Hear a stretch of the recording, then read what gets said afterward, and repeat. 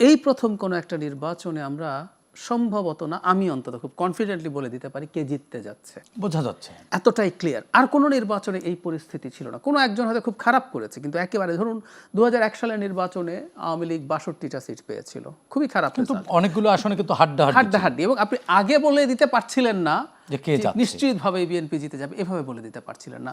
Even 2008 সালে এটা to some extent একটা রিগড নির্বাচন, এটা অন্য ফর্মে কারচুপি হয়েছে, বিএনপি খুবই খারাপ রেজাল্টও দেওয়া হয়েছে তাকে, কিন্তু জনগণ বুঝতে পারে, কিন্তু আগে বোঝা যায়নি যে এটা এই পরিস্থিতি হতে পারে। এই প্রথম আমরা এইভাবে বলতে পারছি। সো এই পয়েন্ট অফ ভিউতে তাহলে বোঝাই গেল যে জামাত কেমন করতে পারে, জামাত এবং তার নেতৃত্বাধীন দল।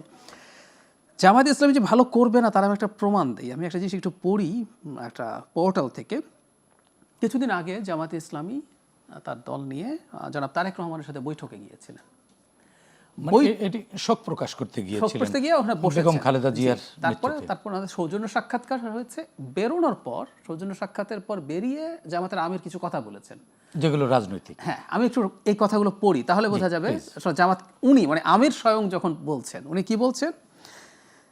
ওনারা বলছেন, আজকে এই নিয়ে আমরা আলাপ আলোচনা করেছি, আমরা এটাও বলেছি প্রিয় দেশের স্বার্থে অতীতে আমরা একসাথে কাজ করেছি, আগামীতেও দেশের স্বার্থে ইনশাল্লাহ একসাথে কাজ করবো। আচ্ছা, তারপর বলছেন তারেক রহমান সহ বিএনপি সবাই একই আকাঙ্ক্ষা ব্যক্ত করেছেন। এরপরের জায়গাটা খুব ইম্পর্টেন্ট।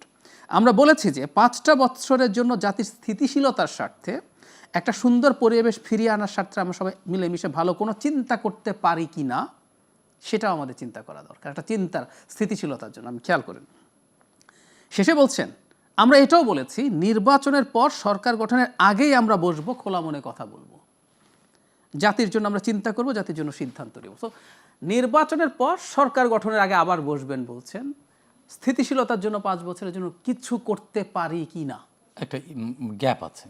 তার মানেটা হচ্ছে, আমি এখন খোলাখুলি যদি বলে, আমি যেটা পড়ে বুঝি, উনি এটা বার্তাও দিতে চেয়েছেন, আবার সরাসরি বলে ফেলতে চাননি, সেটা হচ্ছে একটা জাতীয় সরকার বিএনপি তৈরি করবে অনেক দিন থেকে। এটা ইভেন শেখ হাসিনার সময় থেকে, 2022 সাল থেকেই তাদের একটা এক ধরনের প্রস্তাবনা আছে। আমি আমিরের এই বক্তব্য পড়ে আমার মনে হচ্ছে তিনি জাতীয় সরকারে যেতে চান। তাহলে গণতান্ত্রিক পার্লামেন্টে অপোজিশনে কে থাকবে? কিছুই হবে না, এটা হয় না। উনি যেটা চাইছেন, এই আলাপ কেউ কেউ করার চেষ্টা করছে, আমি এটাকে শুরু থেকে খুব স্ট্রংলি নেগেট করি যে এটা হয় না বাংলাদেশ। তার মানে জাহিদ ভাই, যদি ওনার বক্তব্যে এটি আউটকাম হয়, তাহলে নির্বাচনের কি দরকার? একদম একদম তাই। এবং একটা গণতান্ত্রিক সিস্টেম কাজ করে, সরকারি দল, বিরোধী দল, এবং বিরোধী দলের চাপে সরকারি দলকে থাকা উচিত, এবং বিরোধী দল শক্তিশালী থাকা উচিত। যেমন 14 সালের পরে আমরা পার্লামেন্টে কিন্তু বিরোধী দল দেখেছি, আমরা বের করতে পারিনি যে কে বিরোধী দল কে সরকারি দল। তার চেয়ে জরুরি কথা এই যে আপনি আগে ভাগে বলে দিতে পারছেন মোটামুটি, তার মানে কি পরাজয় এক ধরনের পরাজয় মেনে নেয়? আমি তাই দেখছি। এবং উনি বিরোধী দলেও থাকতে চাচ্ছে না, তার মানে আমি ধারণা করি ওনার সংখ্যাটাও এত ছোট হতে পারে বলে তিনি ভয় করছেন, মানে বুঝে ফেলেছেন যে এই সংখ্যা নিয়ে, আমার ইন্টারপ্রিটেশন এরকম, মানে এই সংখ্যা নিয়ে বিরোধী দল হওয়াটাও তাদের জন্য প্রবলেম্যাটিক হবে।